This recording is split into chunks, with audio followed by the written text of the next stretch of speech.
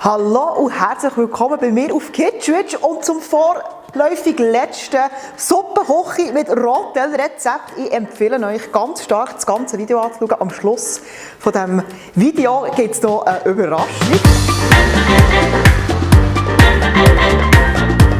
Ich habe mir überlegt, was könnte das letzte Video sein oder welches könnte das letzte Rezept sein, und ich mache diesmal Hummus. Kichererbsen. Tahini, das ist eine Sesampaste. Die bekommt man eigentlich in allen grösseren Coop und Migros kommst du das eigentlich über. Oder natürlich in so einem asiatischen oder afrikanischen Laden bekommst du es meistens so.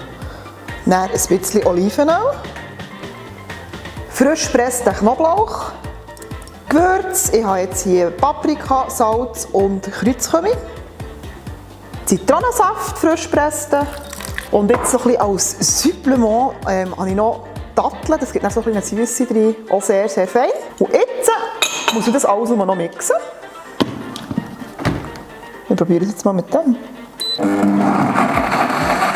Man muss jetzt das einfach regelmässig stopfen. Ich muss wirklich sagen, von der Konsistenz her ist er perfekt, aber eben, es tut nicht alles vermischen, oder?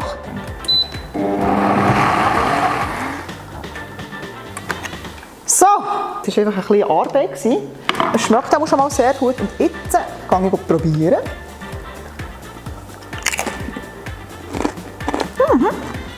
Man schmeckt schon Datteln raus. Mal etwas Spezielles bei einem Hummus. Ich habe noch ein Fazit zu diesem Gerät und ich muss wirklich sagen, ich bin echt begeistert. Ich habe so Freude an diesem Gerät. Ich mache so viel Suppe, weil ich bin so ein bisschen der Typ, ich kaufe meistens relativ viel Gemüse, weil ich finde, hey, ich bin so gesund und ich esse es dann alles. Und ich muss dann wirklich immer stressen, wenn mir das Zeug kaputt geht. Und jetzt kann ich einfach Suppen machen. Und ich esse so viel Suppe und ich brauche das Gerät jetzt nicht nur so für die Videos. Ich habe das Gerät wirklich auch jetzt die ganze Zeit privat gebraucht. Ich würde es nicht mehr hergeben.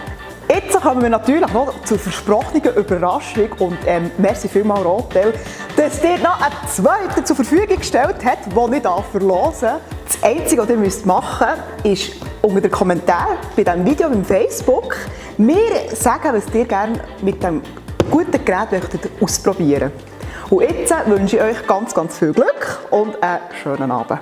Tschüss zusammen!